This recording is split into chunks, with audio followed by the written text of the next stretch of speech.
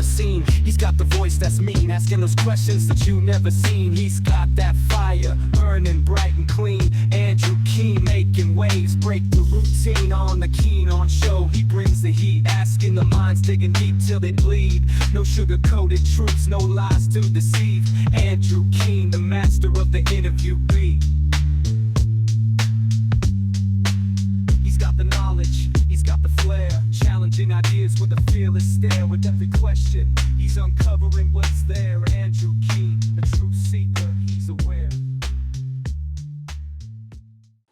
Hello, everybody. A couple of years ago, we did a show with the American writer Emily Tamkin on the politics of American Jewish identity. She had a book out then. It was called Bad Jews, A History of American Jewish Politics and Identity. It was about Jews, not a single Jew. We have another book today with a similar title, Bad Jew, A Family's Quest from the Minsk Ghetto to Netanyahu's Israel, by my guest, Piotr Smolar. He is Le Monde's foreign correspondent, American correspondent in Washington, D.C., and he is joining us from D.C. The book originally came out in France in 2019. It's just been translated into English for the American market.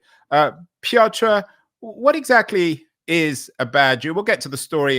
It's a family story about your remarkable grandfather, Hirsch Smolar. But what is a bad Jew? I'm sure you chose that title specifically. Yes, I did choose that title. Thank you so much for having me first.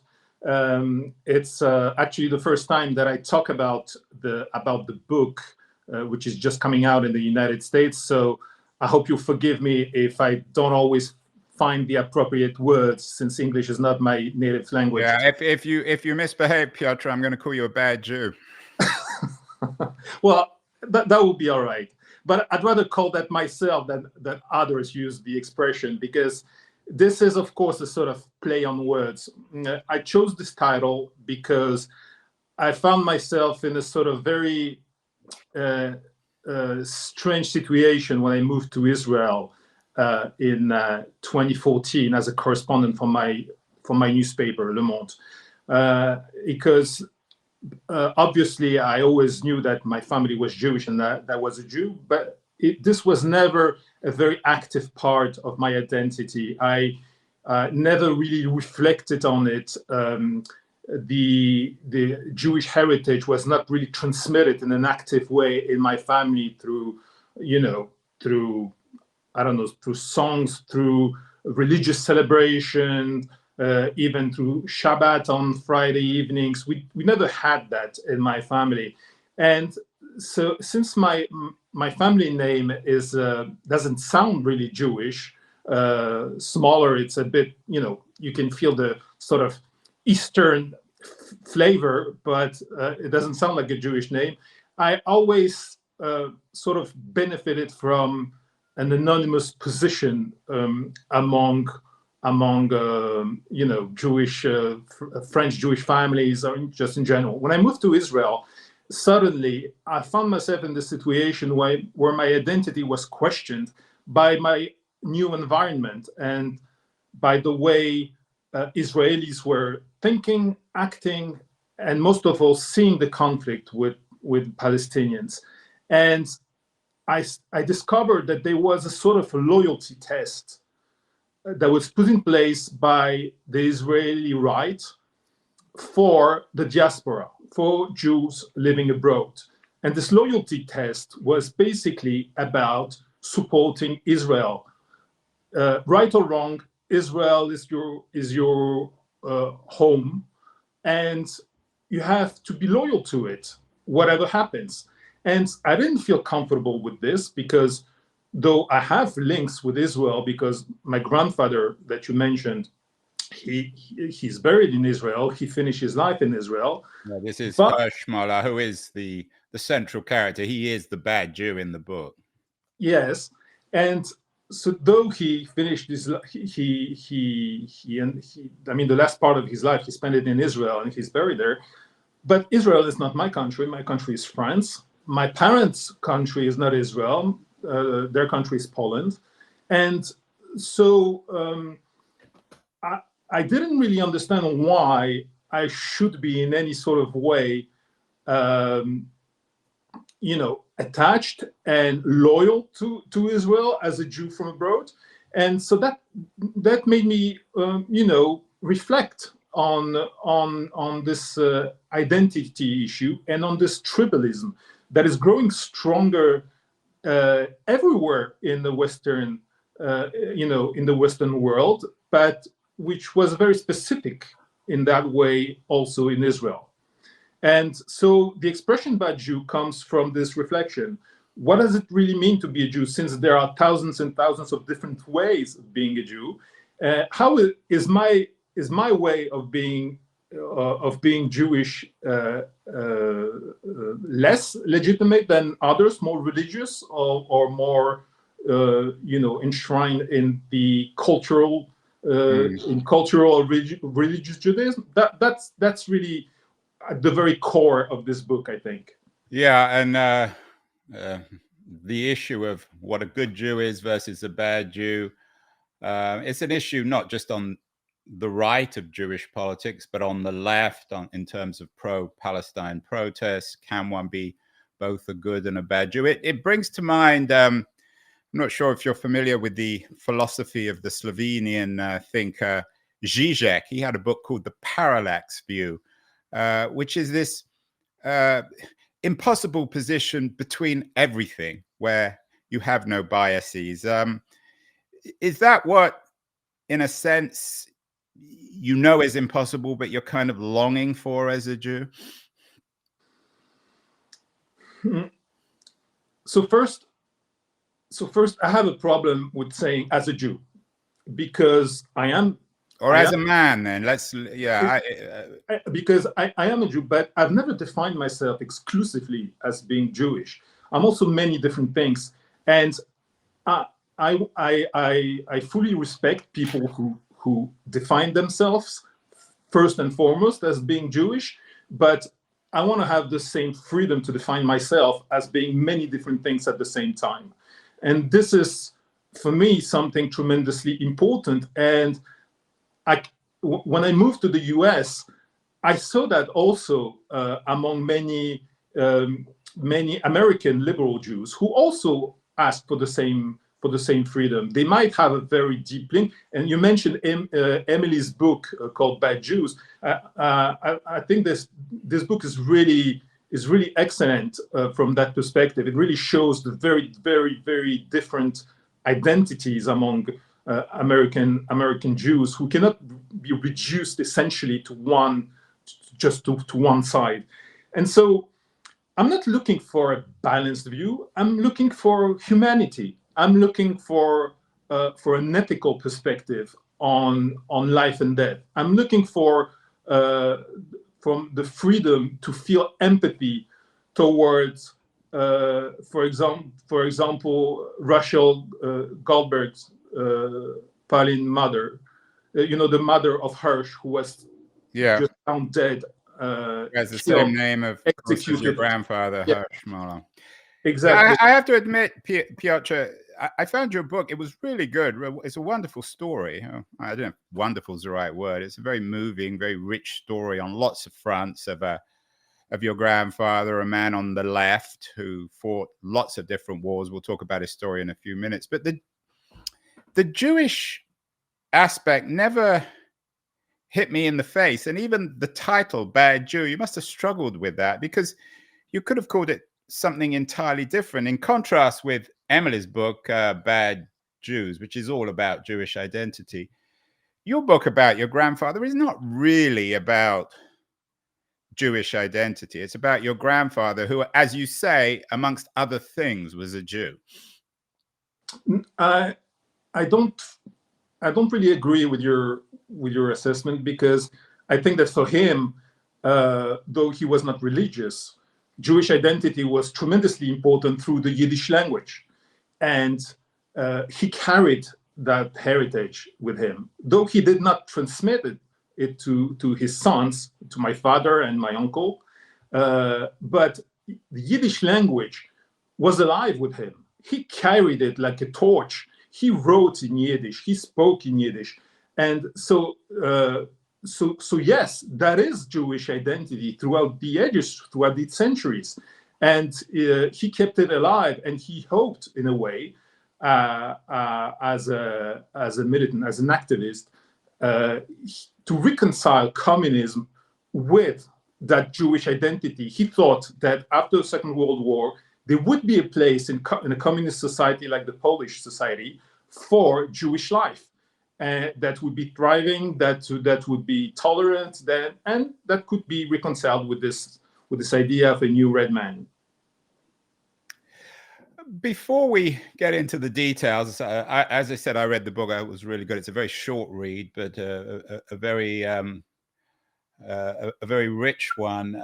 Tell us the story of your grandfather, Hirsch Smolar, because, of course, most of our viewers and listeners won't have read the book. He's not a famous Polish communist activist, Jewish activist as well, but his story is quite remarkable, and it somehow encapsulates all the political and cultural tragedies of the 20th century. So he is the everyman of the totalitarian experience in Europe. Tell us about him. Where was he born, and what happened in his life?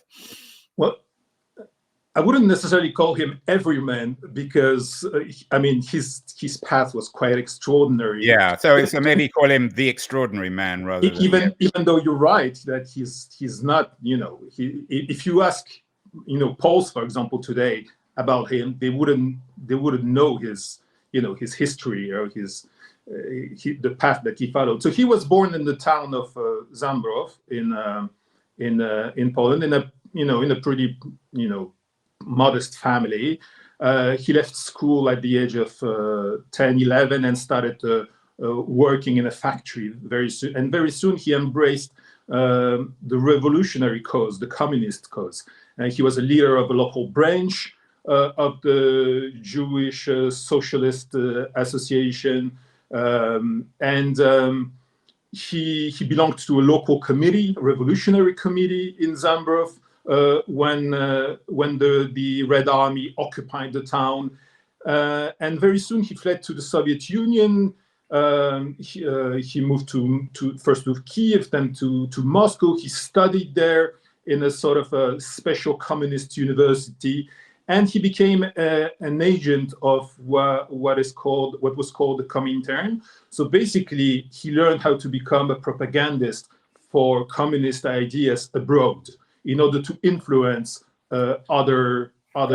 Piotr, was he, in your sense, was he ambivalent about some of the things that were happening in the Soviet Union in the 1930s? This was not the best time, perhaps, to be there, in the time of terrible purges, of huge famine, of the death of millions. I've never talked to him about it, because he died when I was young, and unfortunately I discovered all his life once he was already dead. I wish I could have asked him exactly your question, and unfortunately I wasn't able to. I think that at that time, when he was young, he was really fired up as a communist, revolutionary. He spent, before the Second World War, he was jailed twice. He spent 6 years in prison for his militant activities. He wrote in different, newspapers, clandestine newspapers, which were published on the ground. So I don't think that he really questioned at that time the path that was followed by the. What is your and the book is also about his relationship with his son, your father, and your relationship with your father, Alexander Smolar, who was or is a Polish political activist and has a very different kind of history. What do you think your father would say to that? What was his sense of his father's experience in Russia in the 1930s? Well, my father was born, way after that, and he had a. No, I understand that, but I think he had a complicated relationship with his father. My father was jailed. He went to prison in communist Poland after the student movement in the spring of 68 in Poland, and he was jailed because he criticized the communist regime. He spent a year in prison. He had when he got out, he had absolutely no perspective as a student or as a worker in Poland. So that is why, with a heavy heart, he had to leave Poland, and that's how. After that, I was born in France. So I think he had a complicated relationship with his own father, but for different reasons. I think he did not necessarily understand how long my grandfather stayed tuned to the communist illusion, and he. So yeah, so I think there was a gap, there was a big difference between them. This is a book in many ways about fathers and sons, about your father's relationship with his father. You dedicate the book to your son, Daniil. But in a sense, there needs to be a little bit of time for you to have written this book. You couldn't have written this book probably about your own father. Do you think that distance allowed you to write about Hirsch Smolar in this very complicated way, because he was a complicated man, as you say, and these were complicated times, and indeed today we still live in very complicated times? You're absolutely right. I mean, what I really tried, I hope I succeeded, is not to have a sort of, moral perspective on my grandfathers, because it would be easy to push him aside and say, what were you thinking? Why didn't you see the crimes that were being committed? What I tried to do is to establish the very, very complex and contradictory path that he followed, because this man was really torn apart. What we haven't mentioned so far is that he was not only a communist supporter, he was also a hero during the Second World War. When the Nazis were on the offensive, he was stuck in a city called Białystok, where my father was born in 1941, and he had to move east on foot. And he arrived in the city of Minsk, which is the capital of Belarus today, and that's where a Jewish ghetto was set up by the Nazis. And he was in this ghetto, and he became one of the leading figure of the resistance movement. He helped about 8,000 to 9,000 Jews escape and move to the forest with the partisan movement. This was an incredible achievement. He was almost killed, I don't know how many times during that experience, and he was incredibly well disciplined, organized, and brave during that time. Yeah, I mean, I was really moved by the story, and it reminds me of the Second World War. We did a show a couple of years ago with the British historian Richard Overy about whether or not the Second World War has really ended. He had a book out, Blood and Ruins, and it doesn't seem as if the Second World War really has ended as we speak. The Poles are holding mass for the 700 victims of Germany's World War II massacres. Where this week we are celebrating, if that's the right word, or remembering the 85th anniversary of the German invasion of Poland. It's an enormously complicated story still in Poland. The Polish Prime Minister gave a speech about it.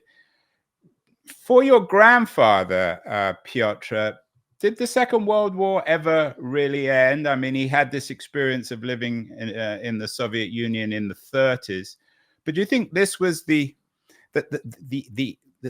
terrible evil that he experienced and fought against in the Minsk ghetto? Was this something he ever really recovered from? Did he begin again? Is there a series? I mean, as you say, he's a complicated man. He's not just a bad Jew; he's a good Jew too, and he's a many-sided Jew. does the narrative in his life make sense, or did everything kind of begin again in the Second World War? Well, I think that the Second World War ended geographically with the fact that he was able to come back to Poland, which was his country. So that's a first thing. The second thing is that the Second World War ended, and very soon something absolutely terrible happened. And you are absolutely right to mention the fight for history, the way it is written, because the communist regime, the Soviet regime, decided to erase the fundamental role that Jews played in the partisan movement against the Nazis, especially around Minsk. And this is like killing the victims twice, because many Jews were killed during that process. I'm not only talking about Jews as victims, which is the traditional way you picture Jews during the Second World War. I'm talking also about Jews like active heroes of the resistance. And there were many of them who joined the partisan movements around, in the forest around. Right, and your grandfather was a good example of this. Yeah, and so my grandfather faced this horrendous reality when the Soviet regime, the regime that he had been supporting for decades, decided to erase the role that he and others played in the resistance movement. Why? For a very simple reason. First, the Soviet regime had a very strong component of anti-Semitism that really grew after the Second World War, with fake trials, persecutions, people being killed, etc., etc. But also because the communist regime, had this sort of travesty of history being written, in which the red man was at the very core of the resistance against the Nazis, good against evil, in a very black and white way. And in this vision, there was no place for Jews. Yeah, it's a very Central European or East Central European story of forgetting conveniently. We did a show last week with the British writer Tanya Gold, who had a very angry piece in this month's issue of Harper's Magazine. You might have seen it, My Auschwitz Vacation, a critique of Holocaust tourism, of remembering the Jew as the victim.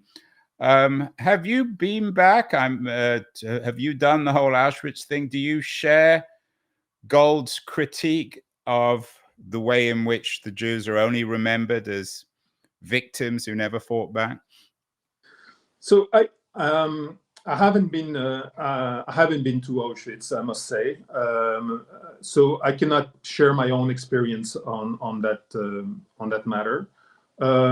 What I can tell you is that I was struck while I live in Israel about how central that memory remains in Israel, and how Israel has built its own history, its narrative since it was created, on the idea that not only on the idea of never again, but on the idea of never again to us Jews, that we have to be able to defend ourselves, to build a very strong army, and to reduce to ashes any hostile forces that tries to kill us or to cause us harm.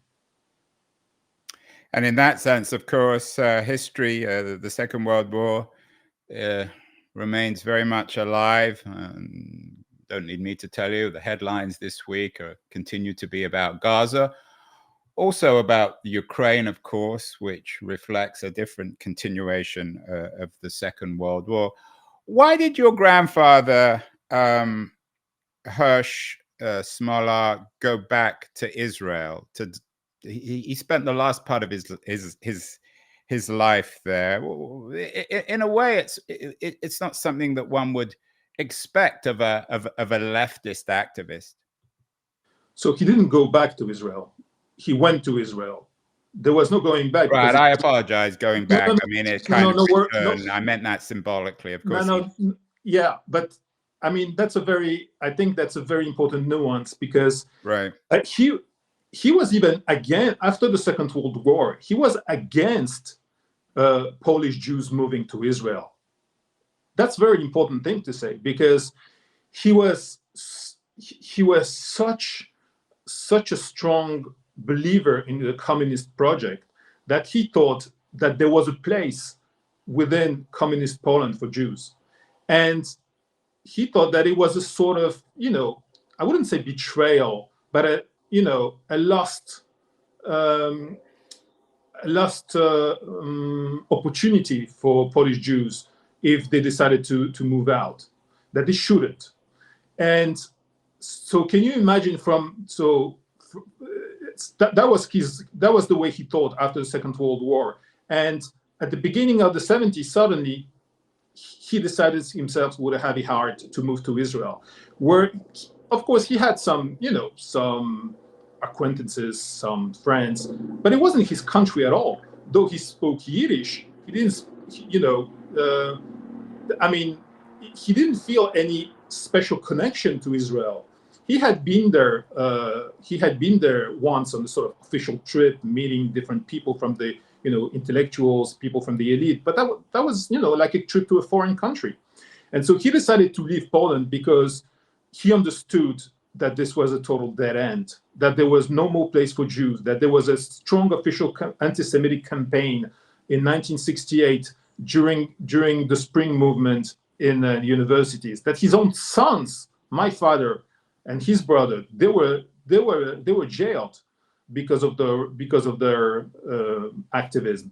And so he even asked officially in a letter for their release, and in exchange he would, he was ready to drop any official. What is it, Piotr, about the Jews that it's triggered? Or it's so odd that a people should be so singled out. Is there something in your view, or what would your grandfather have thought? Well, anti-Semitism doesn't need Jews to flourish. Well, it helps. I'm sorry? It helps. No, it doesn't, because anti-Semitism exists, for example, still exists very strongly in a country like Poland, though there are just a few thousand Jews left, very few of them. So, yeah, that's what Tanya Gold argues in her Atlantic piece. So, anti-Semitism has existed throughout the ages for different reasons. There is old anti-Semitism, there's new anti-Semitism. Today, being a Jew in the diaspora is a very, very tough spot to be. Are you arguing then that anti-Semitism really has nothing to do with Jews? I'm sorry? Are you suggesting that anti-Semitism has nothing to do with Jews? No, I do not suggest that. Of course, it's anti-Semitism is a special flavor of xenophobia, which is directed against Jews. So obviously, it has something to do with Jews. What I mean is that it's it's a deshumanization of Jews. It goes above their heads in a way. It deprives them of any humanity. It sees them as almost as beasts or animals, or people, sucking the blood out of other people. This has been seen for centuries again. And what is very strange today and very worrying is this, because of the war in Gaza, is that this new wave of anti-Semitism obviously comes from the far right, but also from the far left. Sometimes it wears a sort of fake nose, saying that it's anti-Zionist, whereas it's purely, it's pure anti-Semitism. And so this is what Jews from the diaspora are confronted with. And that's the whole good Jew versus bad Jew thing that you write about, the Haaretz and Emily Tamkin. I found, Piotr, one of the most interesting parts of the book. It's an excellent book. I strongly suggest people pick it up. It's a very short read. Is your own experience as Le Monde's correspondent in quote unquote Israel, and your own and maybe correct me if I'm wrong. You're not shy to correct me when I say the wrong thing. Your own ambivalence about your Jewish identity. Tell us about that part of the book. That's how I read it. Maybe I read it wrong. Did you have the feeling while reading the book that I am ambivalent? I had the feeling that you yourself are not necessarily shy to acknowledge the fact that you, like your grandfather, are a bad Jew. But of course, a bad Jew isn't really a bad Jew. I think, so I think that in a way, the book is, how could I say this?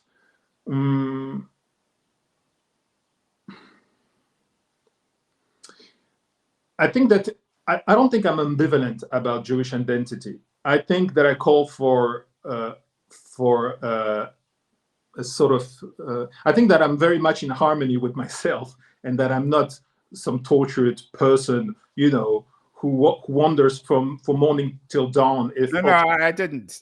I know you didn't. I know you did. It's a healthy ambivalence rather than one that you have to go to the psychiatrist about.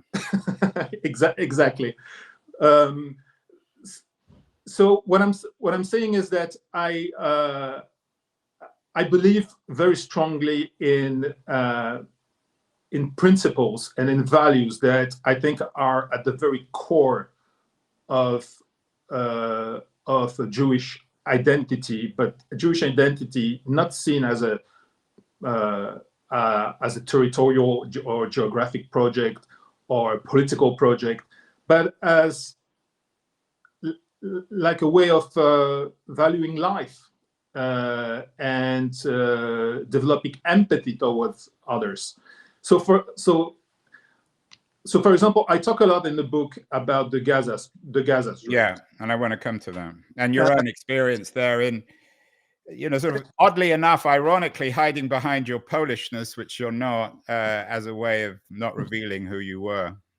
Yeah, well, mainly for security reasons, obviously. But I think if you'd like, we'll come up to that. But what I want to say is, for example, that I think that I'm one of these people who are absolutely torn apart by the war for many different reasons. First, because the Hamas's attack on October 7th was a monstrosity, was absolutely, you know, disgusting in every possible way. And then the war that started. I mean, for me, Gaza is not an abstraction. I've been there dozens of times. I know people there. I know the streets. I know the smells. I know how it stinks. I know how the light shines there. I know how people go to the beach with families. I know Gaza as a living body and not as an abstraction. And 99% of the people who talk about Gaza see it as an abstraction. And so when the war started, I knew immediately, because I had been there before during, you know, conflict times, I knew that it would be a disaster and that there was no victory in sight for Israel. And since then, I've been absolutely crushed by this war. And I'm not talking only as a journalist, but just like a human being, because what you hear from all sides is that you have to choose a side. And coming back to your question about ambivalence on Jewish identity, I don't want to choose a side. I don't, because I feel empathy for the family of Hirsch, who was just killed like a dog by Hamas's terrorists, executed from close range. And when I hear his mother weep, Rachel, during the funerals a few days ago, my heart is broken. But my heart is also broken when I see civilians and children in Gaza being killed by the hundreds. And so my perspective on Jewish identity is this one. I don't want to choose sides because I feel something and I feel an empathy, and I want to be able to feel empathy for both sides. Let's end, Piotr, and I really appreciate your openness on this. It's probably in some ways rather painful to talk about. As I said, you're the Le Monde correspondent in the United States. You were their correspondent in Israel. You spent a lot of time in Gaza. You understand the situation there as well as anyone. You wrote a piece recently, earlier this week actually, for Le Monde on the murder of the hostages. You mentioned Hirsch earlier. That the US has refused to admit its strategy has hit an impasse. What should, leaving aside all the moral complexity, which will take many years to resolve, what should the US be doing here? How do we, the US has power, maybe not quite as much as we might like, but has as much power as anyone to try and resolve this situation. What could or should the US be doing? So I want to be fair on this question because it's a tricky one. First, we have to acknowledge what the Biden administration has achieved, which is they have avoided a regional war. They deployed massive forces in the East Mediterranean Sea right away after October 7. They helped Israel defend itself against Iran's attack by drones and missiles. That is very significant. But because there's a very big but, I think that they have not been able to put pressure on the Israeli government, which is today dominated by Jewish supremacists and far-right parties, which actually see the current situation as a historic opportunity to advance their radical agenda. And I think that the Biden administration has accepted the confusion between the Israeli society and this government, and they have not used any leverage at all on Bibi Netanyahu, the prime minister. And I'm especially talking about the fact that they could have frozen offensive weapons and munitions that are still being delivered every week to Israel. They could have said publicly, we will help Israel defend itself against any significant threat, especially by, in their anti-missile systems, but we will not deliver any bombs that might be used in Gaza because we have seen the result of that. And the Israeli government has not respected any red lines that we have put forward since the beginning of the war. And the Biden administration has not done that, and now they're stuck because they're trying to achieve this sort of settlement, this ceasefire, in exchange for the hostages which are still in the hands of Hamas, and they have not been able to do that so far. Yeah, but I asked you for a solution. Is the two-state solution? I'm not an expert like you, but it seems almost impossible, perhaps impossible. How does this situation get fixed? Or can it be fixed? Or are we speaking in 50 or 100 years when your son has written a book about perhaps you for his grandson? Is this situation still going to be unresolved? That's a very good question. I think that, I'm pretty, there's this old joke about the difference between an optimist and a pessimist, and that the pessimist is an optimist with experience. Mm. Well, we've had quite an experience since the Oslo Accord that were signed in 93. And you're right to say that the two-state solution seems to be today a sort of very, very, disappearing dream. And right now, I think that the realistic goal should be to avoid even a worst case scenario than what's going on right now. And the worst can still happen. And it's hard to imagine something worse than 40,000 people killed already in Gaza and 1,300 Israeli civilians butchered on October 7. But yes, worse things can still happen. And I think that the goal of the Biden administration and other foreign countries should really be to put pressure on all sides in order to avoid an even worse scenario. Well, Piotr Smolar, author of Bad Jew, a man who's acknowledged his own ambivalence about his Jewish identity. You are a bit of a Jew, Piotr, I think. When I ask you an impossible question, you answer with a joke, a very Jewish response. Congratulations on the new book. I'd like to get you actually back on the show in the not too distant future to talk about your impressions of America as Le Monde's man in Washington, D.C. So we'll get you back on in the not too distant future. But congratulations on this wonderful new book. It's a very, very important book, very personal, but also universally relevant. Bad Jew, a family's quest from the Minsk ghetto to Netanyahu's Israel. Piotr Smolar, thank you so much. Thank you very much for having me.